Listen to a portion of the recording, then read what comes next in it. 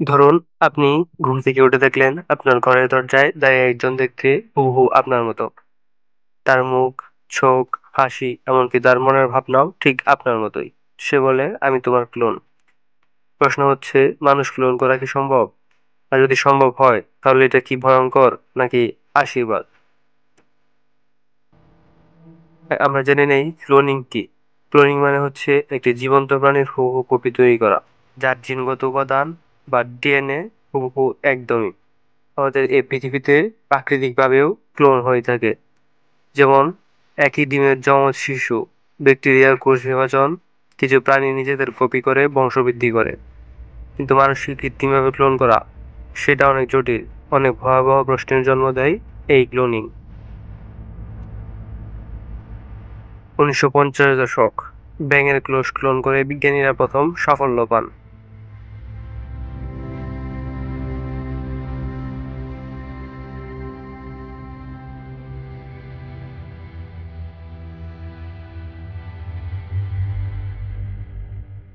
তারপর আসে ১৯৯৬ সাল, ভেড়ার ডলি জন্ম নেয়, পৃথিবীর প্রথম ক্লোন স্তন্যপায়ী প্রাণী। এরপর গরু, বিড়াল, কুকুর এমনকি বানরও ক্লোন করা হয়েছে। কিন্তু মানব ক্লোনিং এখনো অফিসিয়ালি কেউ সফল হয়নি, অন্তত আমরা জানি না। চলুন আমরা জেনে নেই ডলি নামক ভেড়াটির ক্লোন কিভাবে করা হয়েছিল। প্রাপ্তবয়স্ক ভেড়ার কোষ থেকে নিউক্লিয়াস সংগ্রহ করা হয় প্রথমে। এটি ডিম্বাণুতে প্রতিস্থাপন করে। অন্য মা ভেড়ার জরায়ুতে প্রতিস্থাপন করা হয়।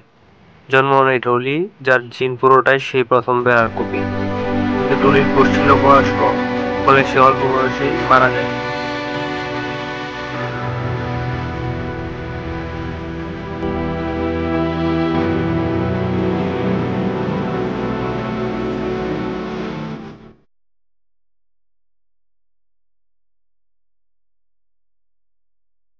এখন প্রশ্ন হচ্ছে, মানুষ কিভাবে ক্লোন করা হয় বা কিভাবে করবে ভবিষ্যতে?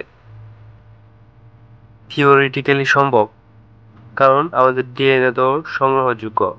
কিন্তু মানুষের ক্ষেত্রে কোষগুলো অনেক জটিল, সফলতা হার অনেক কম, মিউটেশন বা ত্রুটি হওয়ার সম্ভাবনা বেশি। ক্লোন শিশু হতে পারে অস্বাভাবিক, তাই এখন পর্যন্ত কেউ মানুষ ক্লোন করে বা প্রকাশ করে।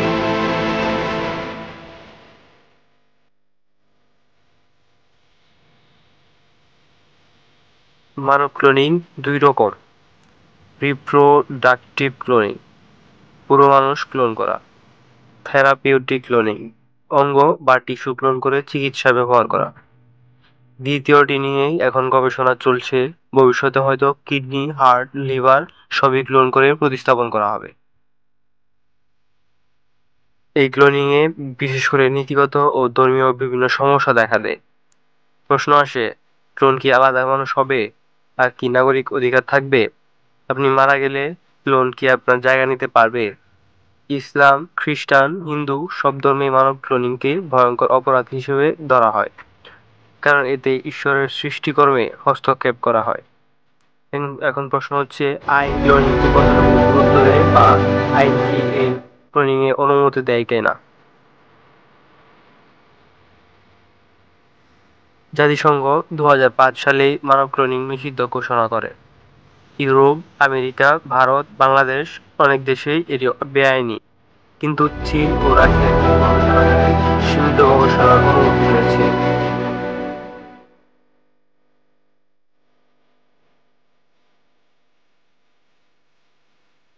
এই ক্লোনিং এর বিষয়ে অনেক ষড়যন্ত্র তথ্য বলে। গোপনে ক্লোন করা হয়েছে বিখ্যাত ব্যক্তিদের। মিলিটারি বা গুপ্ত সংস্থা নিজেদের ক্লোন তৈরি করছে। ধনী ব্যক্তিরা মৃত্যুর পর ফিরতে চায় ক্লোন হয়ে। এমনকি সিনেমায়ও দেখা যায় ক্লোনকে ব্যবহার করা হয় অঙ্গ বাঁচাতে, এমনকি যুদ্ধের জন্য। প্রশ্ন হচ্ছে, আমরা যদি মানুষ ক্লোন করতে পারি তাহলে কি করা উচিত কিনা?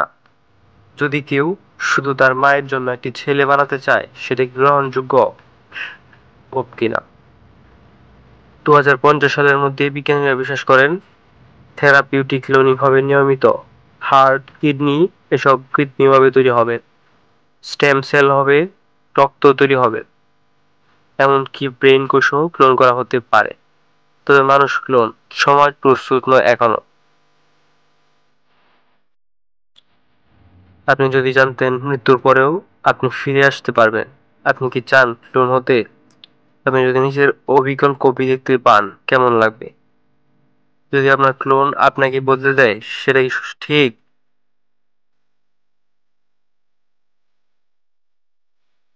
এখন আমরা জানবো কবে থেকে এই মানুষ ক্লোন শুরু হবে বা বিজ্ঞানীরা এই সম্পর্কে কি বলেছেন। আমরা আগে বলেছি 1996 সালে ডোরি নামক প্যারা ক্লোন করে বিজ্ঞানীরা ক্লোনিং যুগে প্রবেশ করে। এটি ছিল এক ধরনের প্রযুক্তির ব্যবহার। তখন থেকে প্রশ্ন ওঠে, মানুষকেও কি এভাবে ক্লোন করা সম্ভব? প্রযুক্তিগতভাবে মানুষ ক্লোন করা সিদ্ধান্তমূলকভাবে অসম্ভব নয়, কিন্তু এর সাথে জড়িত রয়েছে নৈতিক, ধর্মীয় ও আইনগত বিশাল বাধা। এখন পর্যন্ত পৃথিবীর কোনো দেশে মানব ক্লোনিং আইনি অনুমতি পায়নি। বিজ্ঞানীরা বলেছেন মানব ক্লোনিং করা গেলে জিনগত রোগ দূর করা সম্ভব হতো, কিন্তু এর বিপরীতে রয়েছে ভয়ঙ্কর ঝুঁকি, যেমন বিকৃত সন্তান, মস্তিষ্ক গঠনের সমস্যা ইত্যাদি। এখনো কোনো ক্লোন স্তন্যপায়ী প্রাণী সম্পূর্ণভাবে সুস্থভাবে দীর্ঘজীবন পায়নি। এই কারণে মানুষ ক্লোন করা হলে তার দীর্ঘমেয়াদী স্বাস্থ্য কি হবে তা কেউ জানে না। 2000-এর দশকে কিছু গোপন সংস্থা দাবি করে তারা মানব ক্লোন করেছে, কিন্তু প্রমাণ কোনো মেলেনি। আজকের দিনের বিজ্ঞানীরা কেবল গবেষণাগারে কোষের ক্লোনিং নিয়েই কাজ করছেন। জেনেটিক ইঞ্জিনিয়ারিং ও ক্রিসপার টেকনোলজি দিয়ে হয়তো ভবিষ্যতে উন্নয়ন হবে, কিন্তু একটি পূর্ণবয়স্ক মানুষের ক্লোন তৈরি করতে হলে আরও 20 থেকে 30 বছর সময় লাগতে পারে বলে বিজ্ঞানীরা জানিয়েছেন। এবং তাও শুধুমাত্র সম্ভব যদি সমাজ ও সরকার তার অনুমতি দেয়। বিভিন্ন দেশের আইন অনুযায়ী মানব ক্লোনিং সম্পূর্ণ নিষিদ্ধ। কিছু দেশের গবেষণাগারে হিউম্যান এমব্রয়েড ক্লোন নিয়ে সীমিত পরীক্ষাও চলছে, তবে কোনোভাবে মানুষ ক্লোন তৈরি হলেও তা সাধারণ মানুষের নাগালের বাইরে থাকবে বলে ধরা যায়। আর এই প্রযুক্তি ব্যবহারের মধ্যে নৈতিক প্রশ্ন থাকবে সবচেয়ে বড় বাধা। তাই বলা যায় মানব ক্লোনিং এখনো বাস্তবের চেয়ে কল্পনার কাছাকাছি। ক্লোনিং মানে হুবহু এক মানুষ তৈরি নয়, তার মানসিকতা, স্মৃতি বা অভিজ্ঞতা থাকে না। ক্লোন হবে শরীরের অনুলিপি, কিন্তু মন বা আত্মা নয়। একে অনেক বিজ্ঞানী জীবনে নকল করার চেষ্টা হিসেবে সমালোচনা করেন। মানুষের ক্লোন তৈরি করতে হলে হাজারো জ্যোতির্কোষীয় ধাপ সফলভাবে সম্পন্ন করতে হয়। এখন পর্যন্ত ক্লোনিং এ জন্ম নেওয়া প্রাণীদের মধ্যে অনেকেই বেঁচে থাকে না বা বিকলাঙ্গ হয়। মানুষের ক্ষেত্রে এই ঝুঁকি বহুগুণ বেশি, কারণ মানুষের জিন অনেক জটিল। শুধু ক্লোন তৈরি করলেই হবে না, তাকে সফলভাবে গর্ভে ধারণ করা দরকার। এখন পর্যন্ত মানব গর্ভে কোনো ভ্রূণ প্রতিস্থাপন সফল হয়নি। অনেক দেশ এটিকে মানবাধিকারের লঙ্ঘন বলে বিবেচনা করে। ধর্মীয় দৃষ্টিকোণ থেকেও মানুষের ক্লোনিংকে গ্রহণযোগ্য নয়, কারণ এতে সৃষ্টির স্বাভাবিক নিয়মকে পাকিয়ে ফেলা হয়। আধুনিক সমাজ এখনো ক্লোন মানুষের আইনি পরিচয়, অধিকার, নাগরিকত্ব কিভাবে হবে তা নির্ধারণ করতে পারেনি। ফলে আইন ও প্রযুক্তি দুটোই এখনো পিছিয়ে আছে এ বিষয়ে।